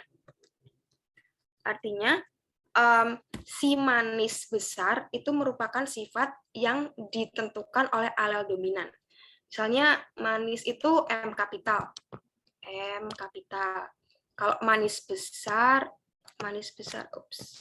Oke, kita tulis besarnya B kapital gitulah ya, biar gampang manis dan besar. Terus, berarti kalau masam dan kecil, kita tulisnya dia homozigot resesif, M kecil, B kecil. Ini untuk P-nya. Nah, kemudian tahap kedua kita tentukan gametnya nih, gamet dari parentalnya. Ini ada M kapital, B kapital, dan M kecil, B kecil. Sehingga akan terbentuk F1 yang M kapital, M kecil, B kapital, B kecil 100%. Maksudnya 100% itu semua anakannya, genotipnya tuh M besar, M kecil, B besar, B kecil. Dengan fenotipnya itu manis, besar.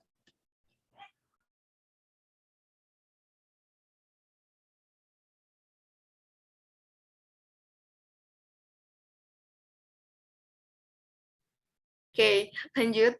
Kemudian, apabila F1 disilangkan dengan parental yang homozigot resesif, berarti apa nih? Kita lagi melakukan apa nih? Sesuatu disilangkan dengan homozigot resesif. Berarti ini kita bisa masukkan ke dalam itu ya tadi tes cross. Ya walaupun kita tahu sih genotip dari si F1-nya, tapi ini bisa dimasukin ke dalam tes cross. Oke, aku ganti warnanya dulu.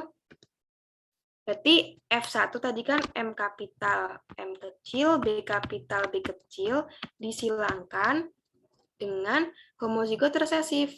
parental. Berarti siapa tuh? M kecil, B kecil, B kecil. Kita tentukan lagi nih gametnya. M, oke, ke zoom ke apa deh? Bentar. Oke, kita tentukan nih, tadi ini ada 2 yang heterozigot, berarti nanti kita harus bisa menemukan berapa jenis gamet. Berapa jenis genotip gamet? 2 pangkat 2 sama dengan 4. Berarti kita harus menemukan 4 jenis genotip gamet. Yang pertama, ini kan M memisah nih, tadi yang hukum Mendel pertama, segregasi bebas. Dilanjutkan sama ini juga nih, ini segregasi bebas. Kemudian akan terjadi asortasi bebas. M besar, digeser. Oke, M besar, B besar, ini yang pertama. Terus M besar, oke bentar. Ini ke sini. Ini sama ini, M besar, B besar. Ini sama ini, M besar, B kecil. Ini sama ini, M kecil, B besar. Ini sama ini, M kecil, B kecil. Oke, kita dapat 4. Berarti udah lengkap ya. Terus kalau ini ada berapa nih yang heterozigot? M kecil, B kecil, B kecil. Dia homozigot, berarti 2 pangkat 0 sama dengan 1. Berarti kita bisa dapat 1 genotip gamet, yaitu M kecil, B kecil. Oke, sekarang kita tentukan F2-nya. F2. Berarti ini kita bikin segi 4 punetnya tadi ya, walaupun ya tidak sempurna, nggak apa-apa. Ini MB, terus ini M, ini aku garisi lagi. Ini M kecil, B kapital. Oke, ini aku pindah di sini deh. 2 pangkat 0 sama dengan 1. Ini M kecil, B kecil. Oke, kita coba silangkan nih. Tadi ingat pertemuan antara baris dan kolom. Berarti kita tulis M kapital, M kecil, B kapital, B kecil. Ini kecil, kecil, kecil. M kecil, B besar, B kecil, M kecil, B kecil, B kecil. Terus kita tentukan apa yang namanya fenotipnya. Kalau M besar, B besar berarti manis besar. Yang ini manis kecil. Yang ini asam besar. Yang ini asam kecil.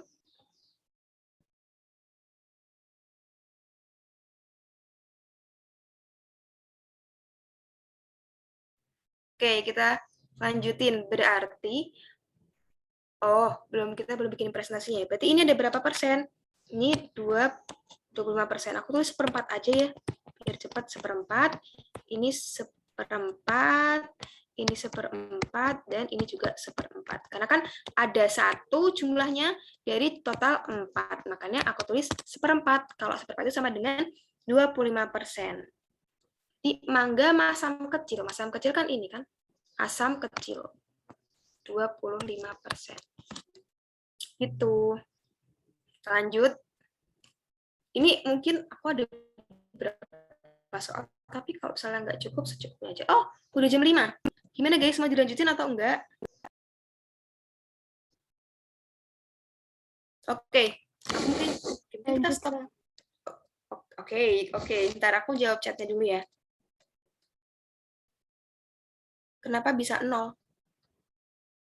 Oh, iya itu karena tadi kan M kecil, B kecil, B kecil. Jadi dia untuk kedua gennya itu kan homozigot. Jadi yang heterozigotnya 0. Makanya dia jadi 2 pangkat 0 sama dengan 1. Itu jawabannya pacar Kyungso bener kok. Karena nggak ada yang heterozigot. Dia dua-duanya homozigot. Terima kasih pacarnya Kyungso. Oke, lanjut. Nomor 3. Pada penyilangan tanaman kapri, kedua induknya itu berbiji bulat dan berwarna kuning. Oh iya, ada beberapa sifat, ada beberapa trait yang mungkin teman-teman tuh emang harus ngerti gitu loh, mana yang dia itu dominan, mana yang dia itu resesif.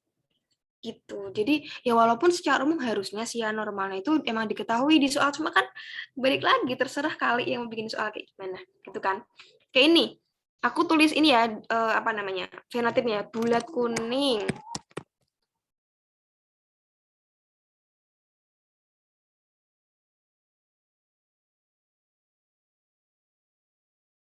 Oke.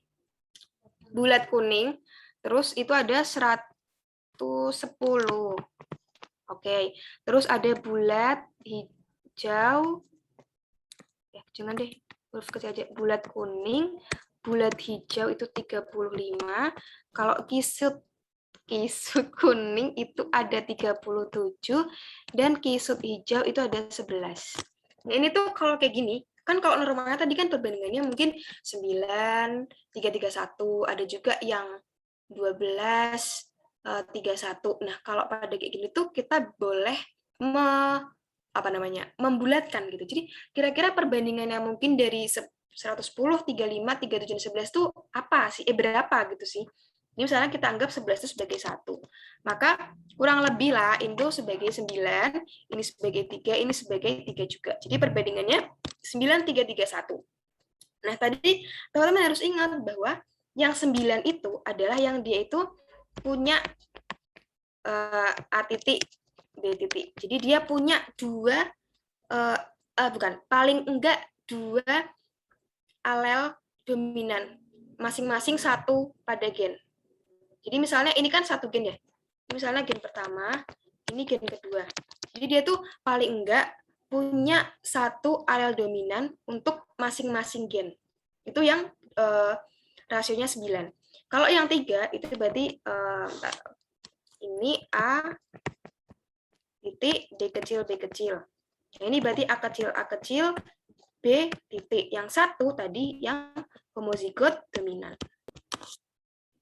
Ini polanya tuh kayak gitu, guys. Jadi kalau yang 9 itu berarti A titik, B titik.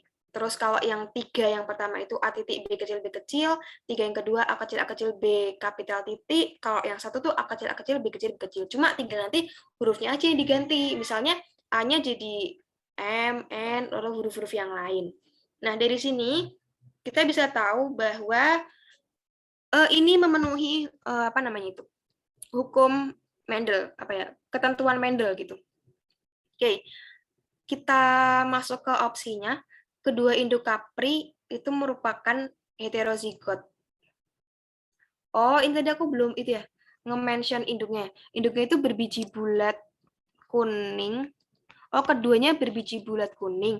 Terus dapat anakan sedemikian rupa. Oke, berarti dari hasil tersebut kita bisa nentuin nih kita bisa memprediksi genotip si induknya gitu. Oke, berarti kita tahu nih tadi si bulat kuning itu dia kan berarti A titik B titik. Kalau bulat hijau A titik B kecil, B kecil. Berarti yang hijau itu dia resesif terhadap kuning. Terus yang keriput ini dia resesif terhadap bulat. Nah, ini tuh gimana ya? Mungkin emang itu ya harus kayak sering lihat, bukan lihat sih, mengerjakan soal gitu loh. Jadi kita kayak bisa lihat pattern-nya. Oh, kalau kejadian kayak gini, ini pasti induknya kayak gini. Ini pasti kejadiannya yang ini loh. Kita bisa kayak mengasosiasikan suatu kejadian dengan kejadian-kejadian pokok yang ada di prinsip atau hukum Mendel gitu. Ini berarti jawabannya yang A, guys. Ini persilangan ini tuh kayak semacam sesuatu yang berulang atau sesuatu yang pasti kalau kedua induknya tuh heterozigot. Ini tuh sama kayak itu persilangan F2 yang biasa. Jadi induknya tuh misalnya A kapital, B kapital disilangkan sama A kecil, B kecil, B kecil. Terus kan dapat F pertamanya itu anaknya tuh A kecil, B besar, B kecil. Nah, ini nanti akan disilangkan sesamanya. Jadi didapatkan rasio yang 110, 35, 37, 11. Gitu. Jadi ini itu tadi sih kayak kita harus banyak kerjain soal, jadi kayak bisa langsung nebak, oh ini kayak gini nih gitu. Jadi kita nggak perlu kayak memperhitungkan atau kayak semacam memikirkan opsi-opsi yang lain. Gitu. Oke, 3 soal, kita lanjut soal keempat. Dan mungkin menjadi soal terakhir kita. Oke, aku bacain soalnya ya. Terjadi penyilangan antara A kapital A kecil, B kapital B kecil dengan A kecil, B kecil, B kecil. gen A dan B masing-masing terletak pada 2 kromosom yang berlainan. Perbandingan genotip yang terbentuk adalah titik. Oke, ini sebenarnya agak lama sih. Oke, nggak apa. Mungkin butuh coret-coret, tapi nggak apa aja deh. Jadi, ini, oh ya, aku mau nge-highlight dulu kenapa kok ditulisin gen A dan B terletak pada 2 kromosom yang berlainan. Jadi ini berkaitan sama yang mungkin dijelasin besok tuh sama Kak Alvero tentang pautan. Jadi maksud dari gen A dan B masing-masing terletak pada 2 kromosom yang berlainan itu artinya gen A dan B itu dia bisa lepas kayak berpisah dan bergabung secara bebas gitu, nggak ada keterpautan, nggak ada cerita aku maunya sama A, aku harus sama B, maksudnya harus A sama B harus bersamaan gitu, itu nggak ada cerita kayak gitu. Oke, kita coba ya. A kapital, A kecil, B kapital, B kecil disilangkan dengan A kecil, B kecil, B kecil. Pertama kita, karena ini nih ada si heterozigot, kita harus tentukan dulu kira-kira kita nanti harus mencari berapa genotip gamet. Ini ada berapa nih yang heterozigot? Ada 1 gen pertama, kemudian gen kedua. Berarti ada berapa? 2 pangkat 2 sama dengan 4. Oke, berarti kita harus menemukan 4 genotip gamet. Apa aja tuh? Ini kita ulangi lagi tadi. Prinsip si Mendel yang pertama. Pasangan alel itu boleh berpisah secara bebas. Ini ceritanya bebas ya, kan jaraknya jauh tuh, maksudnya udah terpisah. Terus, hukum Mendel kedua, mereka berhak untuk memilih pasangannya. Jadi A boleh berpasangan dengan B, membentuk nanti gamet dengan genotip A kapital, B kapital. Terus A kapital boleh milih sama B kecil, membentuk gamet dengan genotip A kapital, B kecil. Terus kalau yang A kecil boleh sama B kapital, membentuk A kecil, B kapital. Kemudian A kecil pakai dengan B kecil akan A kecil, B kecil. Kalau ini lagi-lagi dia nggak ada gen yang heterozigot, dua-duanya homozigot kan, A kecil, B kecil, B kecil. Jadi 0, 2 geser. 2 pangkat 0 sama dengan 1. Cuma ada 1 gamet yaitu A kecil, B kecil. Oke, ini langsung ke punet aja kali ya. Aku ganti dulu nggak? Oke, nggak usah deh. Ini A kecil, B kecil. Ini kita tulis ulang. Gini. Terus A kecil, B kapital, A kecil, B kecil. Kita tulis nih, A kapital. Oke, tinggal ngurutin aja sih. Jangan lupa ya, yang huruf kapital itu harus selalu di depan. Di depannya si huruf kecil untuk satu gen loh ya. Tapi bukan berarti nulisnya jadi gini, A besar, B besar, A kecil, B kecil. Salah, harusnya si huruf yang sejenis itu berdampingan. A sama A, ya B sama B gitu. Kalau ini berarti A kecil, B kapital, B kecil, A kecil, B kecil, B kecil. Oke, perbandingan genotip ya, teman-teman. Ingat, genotip bukan fenotip. Coba ada nggak ini dari keempat ini yang sama? Ini kan beda nih. Sama yang bawahnya, yang kedua juga beda. Sama yang ketiga juga beda. Sama yang keempat juga beda. Berarti perbandingan genotipnya 1 banding 1 banding 1 banding 1. Gitu. Oke, kayaknya itu dulu sharing kita sore hari ini. Mungkin sebelumnya ada yang mau tanyain dulu nggak nih?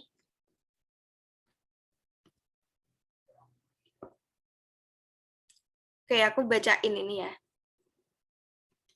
Oh ya, sebelumnya aku mau ngirim link feedback tutor biologi. Teman-teman diisi dulu ya sebelum keluar. Jangan lupa diisi. Oke, aku sambil jawabin. Soal bimbel UI itu bisa diakses di mana ya, Kak? Itu tadi ada linknya kok, yang bimbingan alumniui.com.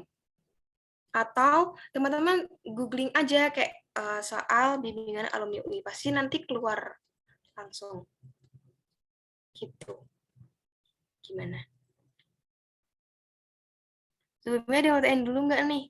Kan genetika tuh agak tricky gitu kan. Karena sejujurnya aku juga nggak terlalu suka genetika, guys. Kayak lebih seru belajar fisiologi dan biosel dan molekulernya gitu daripada genetika. Oke, gimana nih? Gimana? Kalian suka genetika nggak sih? Kalau aku sih suka genetika, tapi bukan genetika yang kuantitatif gitu loh. Ini kan termasuk genetika yang kuantitatif kan, kayak kita ngelihat wujudnya tuh kayak gimana. Kalau aku tuh lebih suka genetika yang molekulernya gitu. Gimana guys, udah sore apa kalian ada kegiatan? Oke, aku jawab. Jadi, aku nggak ikut UTBK guys tahun ini. Karena itu, karena karena ya karena alhamdulillah aku dapat SNMPTN, jadi aku nggak mengalami UTBK. Jadi aku kayak kalau misalnya teman-teman nanya teknis UTBK kayak gimana, aku nggak ngerti. Tapi kalau teman-teman tanya persiapannya gimana, mungkin aku masih bisa bantu jawab. Karena waktu itu aku masih sempat persiapan buat UTBK. Lulus di Keren banget. mana, Kak? Lulus, maksudnya kuliahnya? Maksudnya PTN sekarang gitu ya? Iya. Aku sekarang di FK UGM. Temennya Kak Nia dan Kak Alvero. Jadi kita teman kuliah gitu. Terus kayak tiba-tiba ketemu di sini. Keren banget pacar Kyungso suka genetika yang kuantitatif. Satu, tapi gini guys, mungkin kalau kalau yang masih sederhana tuh emang menyenangkan. Tapi kayak kalau misalnya udah ketemu soal yang kayak nggak jelas gitu, kayak ngitungnya aneh gitu, sangat tidak menyenangkan. Saya suka Gimana? percobaan Mendel dengan pendekatan kuantitatif. Berarti yang kayak gini kan, yang kayak hitung-hitungan gitu kan. Ya seru sih, aku sih suka matematika, tapi nggak tahu sih kalau genetika yang kualitatif aku nggak suka. Bukan nggak suka sih, nggak terlalu suka. Oh itu yang kelainan sifat yang pada manusia besok sama Kak Alvero. Kalau ini aku kayak lebih basicnya dulu gitu loh.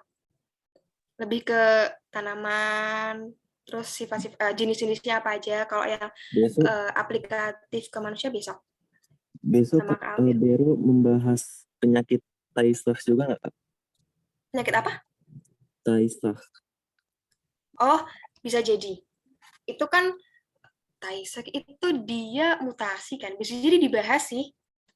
Besok itu kalau nggak salah tentang pautan. Terus habis itu genetika kuantitatif yang pada manusia. Jadi sifat-sifat yang ada pada manusia gitu. Terus nanti belajar linkage juga. Itu pun kalau dicantumin semua. Nah itu besok pacar Kyungsa jangan lupa join kelasnya Kak Vero. Insya Allah bahas soal, lanjutin soal Biluni yang tadi kok. Kan Biluni ada 12 soal, terus aku ngambil yang emang masih basic gitu, terus yang ke aplikasi ke manusia besok sama Kak Alvero. Seru sih, tapi Buta Warna itu seru. Kalian pernah tahu nggak sih kayak asal mulanya hemofilia gitu? Titip ya, Kak, sama Kak Albero biar membahas TS disease, Tay-Sachs disease. Oke, Tay-Sachs sama apa tadi? Tay-Sachs, penyakit Tay-Sachs. Oh, itu aja. Oke, Iya, nanti aku bilang. soalnya itu kan poin di FK GM sih. Oh iya, oke. Nanti aku bantu sampein.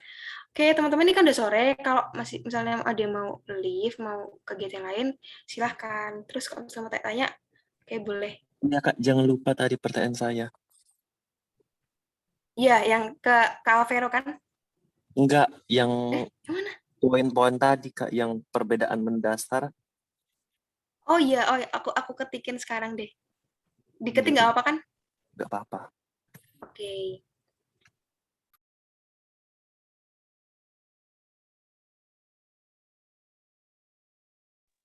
Maaf, Kak, merepotin.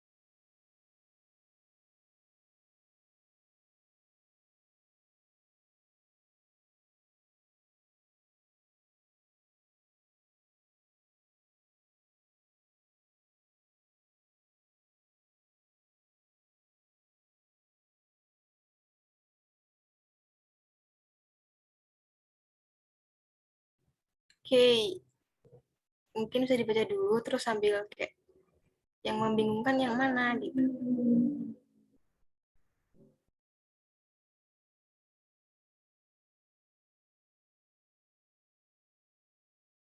Live.